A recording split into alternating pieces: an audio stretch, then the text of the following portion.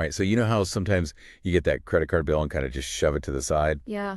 Or maybe you try not to think about your investments too much, especially when the market's been all over the place. Right. Well, you're not the only one. Trust me.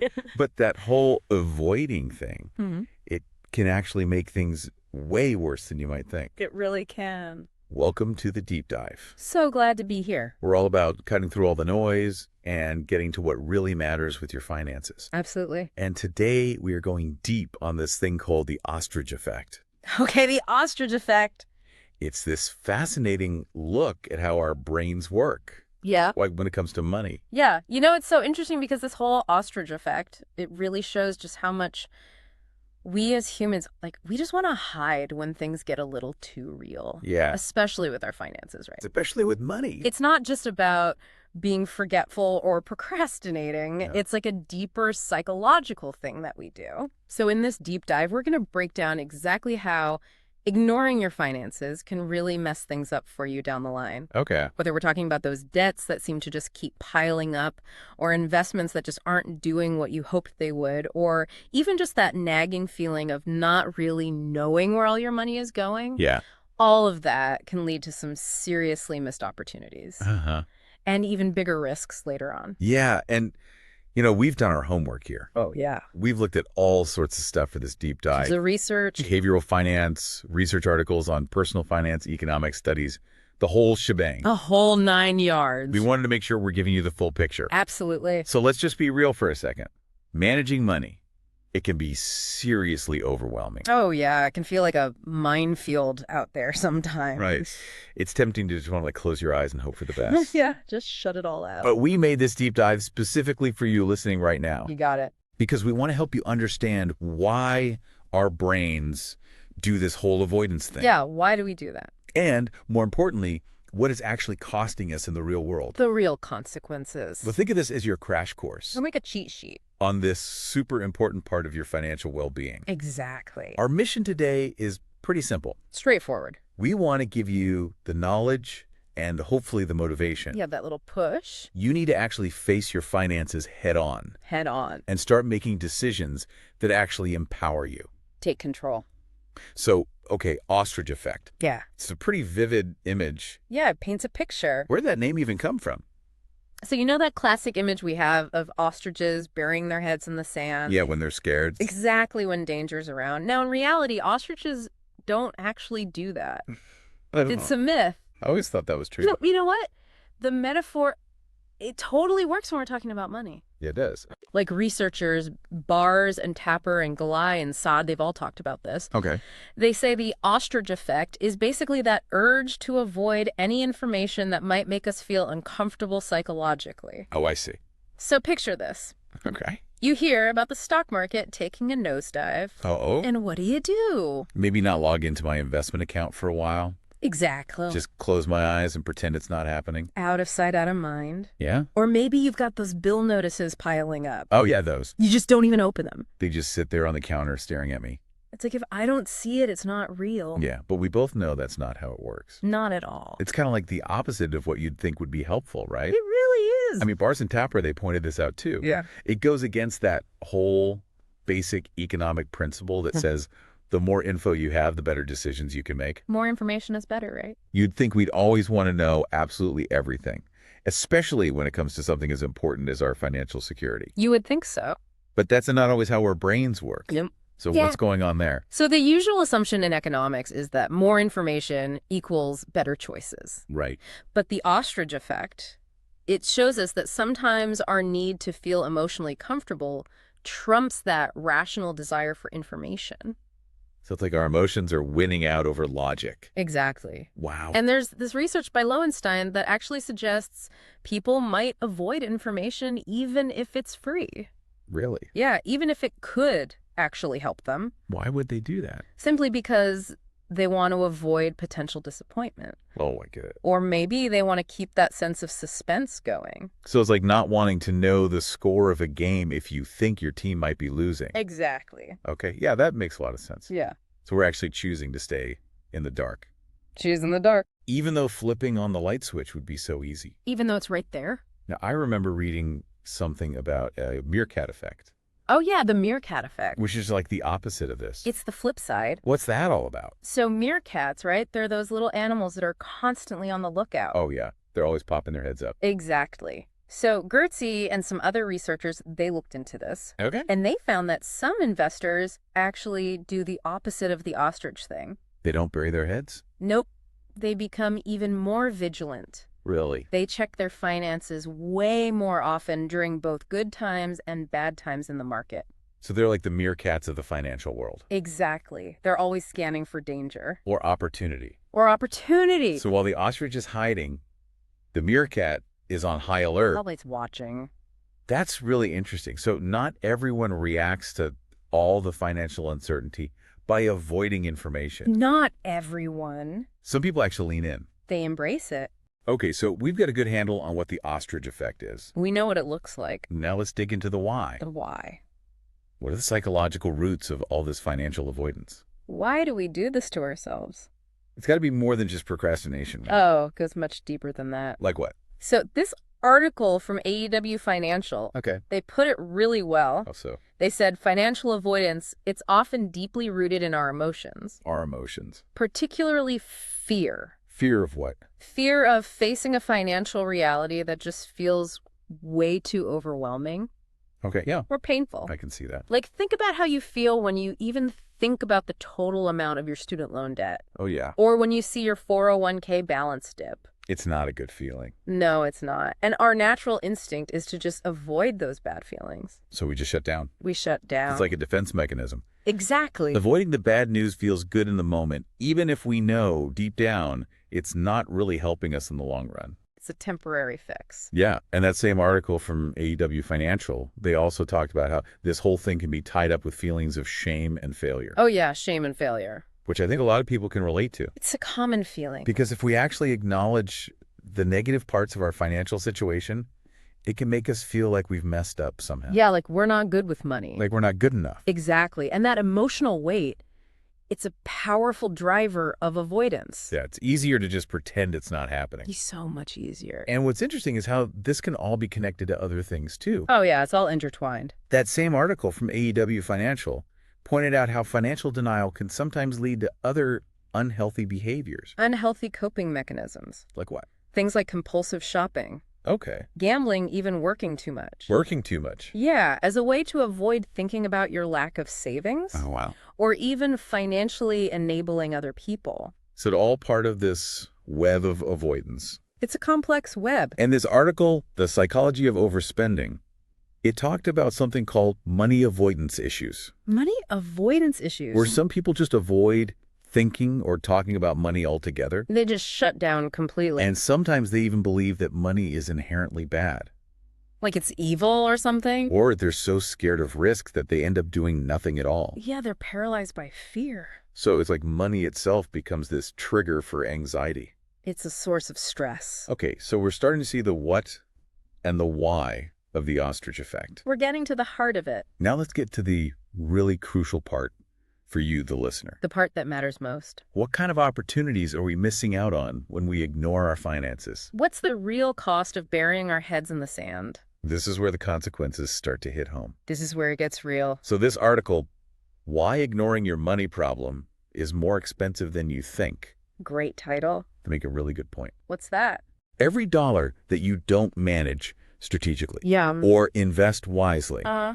is a missed opportunity for something called compound growth, Compound growth. which is basically like the magic of money making more money. It's money-making babies. Yeah, it's like Einstein called it the eighth wonder of the world. It's a pretty powerful force. And that article, they gave this really great example. Okay, I like examples. Let's say you invest $200 every month All right, $200 a month. and you get an average return of 8%. 8%, not bad. Over 20 years, that could grow to over $120,000. $120,000. But here's the thing. What's that? If you wait just 5 years to start, Just 5 years. you could miss out on $35,000. $35,000. That's a lot of money. It is, right?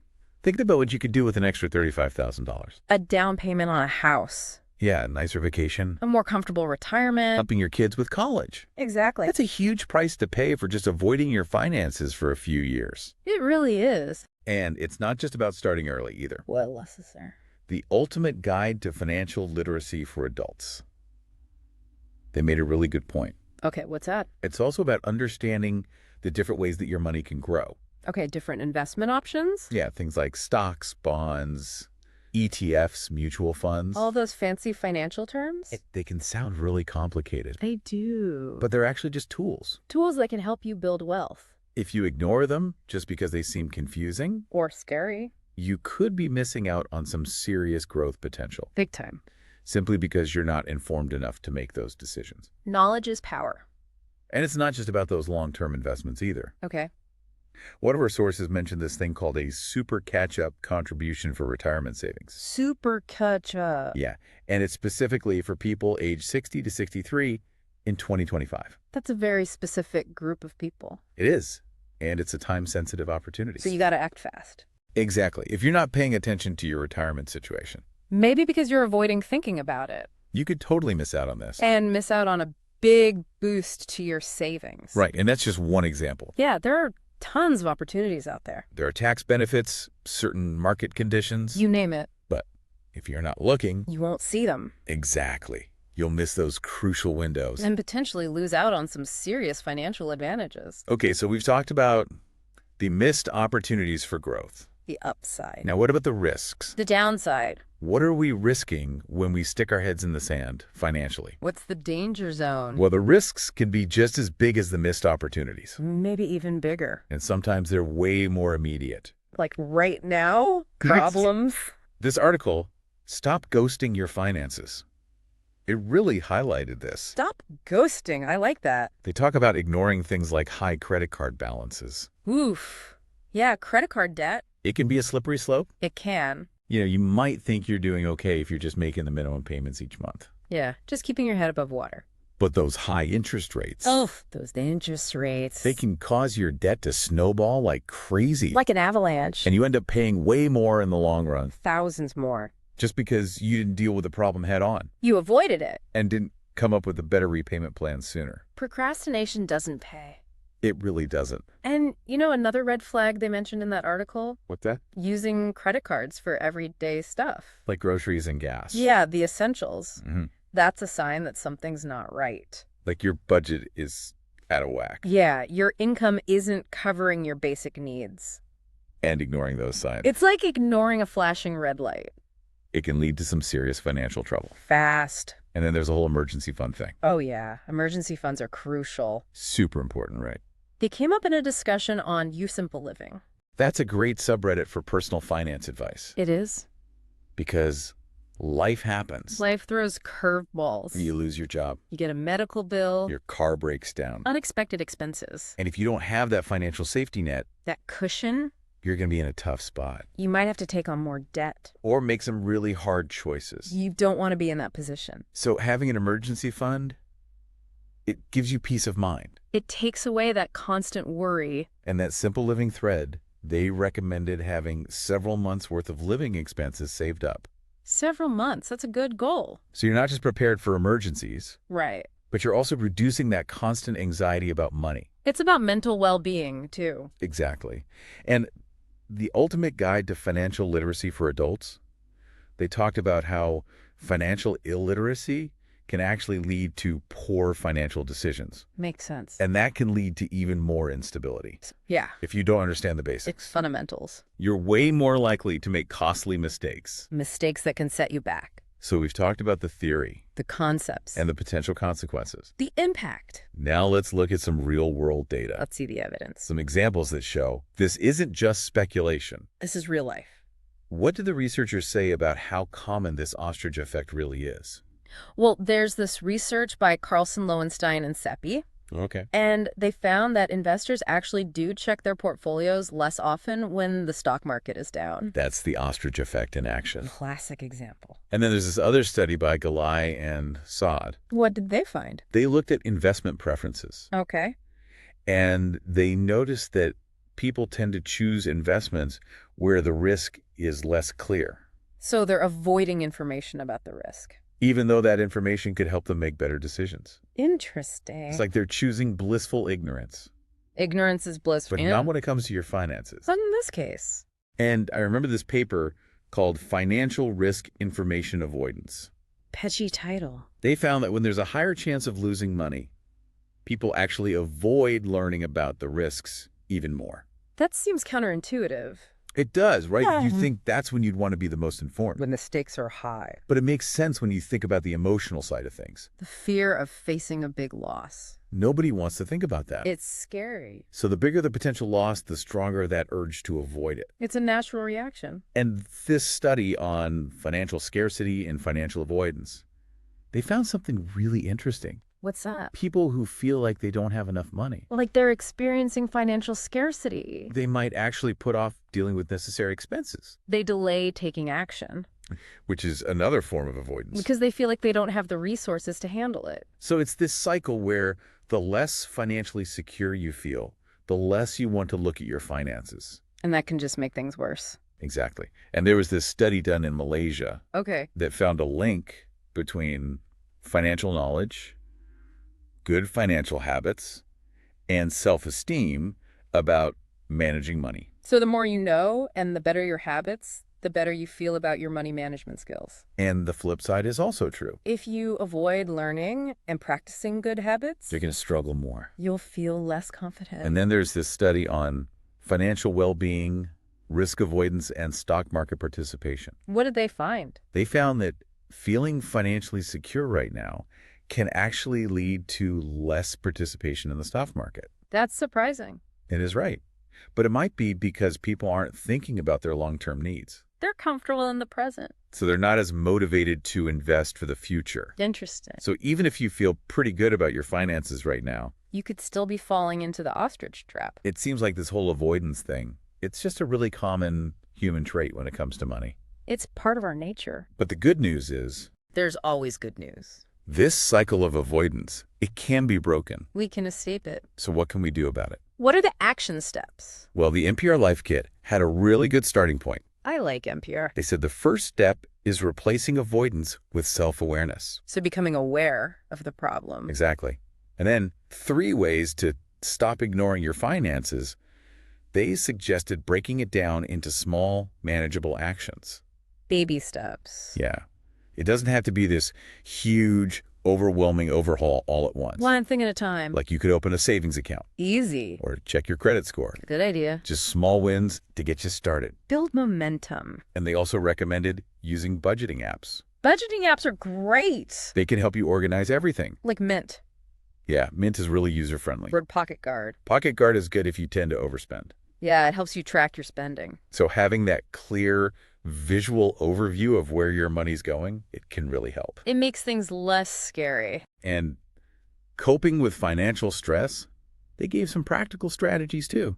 Like what? Identify the specific problem. What's the issue? Come up with a plan to address it. A plan of action. And track your progress. Stay on top of it. And they said, don't get discouraged by setbacks. Setbacks are normal. They're gonna happen. It's part of the process. So having that plan and actually tracking it, it's super important. It makes you an active participant. Not just an avoider. Right. And they also mentioned that it's okay to ask for help. Ask for help. Talk to someone you trust, A friend, a family member. or even a financial advisor. A professional can be really helpful, Sometimes getting an outside perspective can be really valuable. especially an objective perspective. And for those impulse purchases, Oh, yeah, those can get us in trouble. the ones that just derail our budgets. They sabotage our best intentions. Overcoming psychological barriers to effective money management, they suggested the 48-hour rule. The 48-hour rule. Basically, you delay any non-essential purchases for 48 hours. So you have time to think about it. Exactly. It gives you a chance to cool off. And avoid making a rash decision. And that can be really helpful in curbing impulsive spending. It puts you back in control. And the NPR Life Kit, they had another good tip. What's that? Focus on the potential gains of managing your money well. Instead of dwelling on what you're giving up, Yeah, like think about the long-term benefits. the security, the freedom, the peace of mind, It makes it easier to stick to your budget. and make good choices.